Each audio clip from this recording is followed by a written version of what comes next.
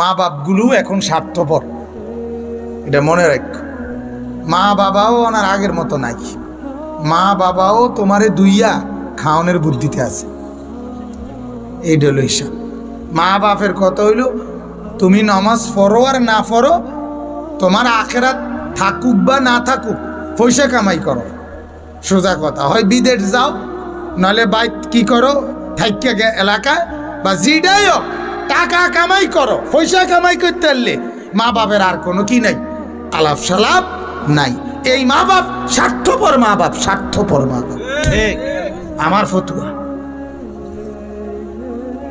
হ্যাঁ, যে মা বাপ তার চোখের সামনে ছেলে 1 বছর যাবত আপনার উপযুক্ত ছেলে মেয়ে কোনোদিন ফজরের নামাজ পড়ে না, অথচ আপনার কলিজায় কোনো ব্যথা নাই, পেরেশানি নাই, অস্থিরতা নাই, টেনশন নাই, চোখে পানি নাই, আহাজারি নাই, ওই মা বাপ স্বার্থপর, স্বার্থপর, স্বার্থপর।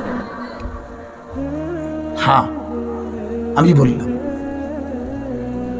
নাহলে জবাব দেন।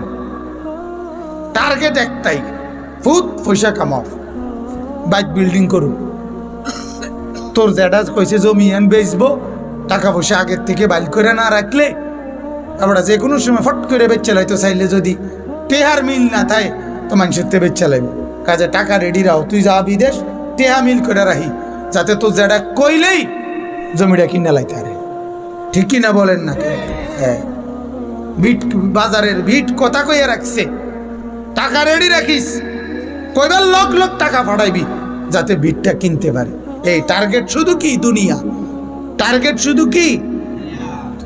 যদি বলেন এটি তো হুজুর নিজের লাগিয়ে কি আর করছিনি, জিফুতের লাগিয়ে, জিফুতের নামাজ রোজা ছাড়া, আখেরাত বন্দিগি ছাড়া আমনেরে জিফুতের লাইগা এতগুলো জমি, এত টাকার বিল্ডিং, এত কিছু করতে বললা আল্লাহ কোরআনে বলছিনি?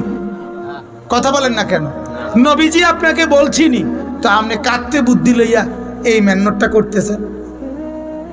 কার সিদ্ধান্তে, কার পরামর্শে করছেন আপনি বলেন?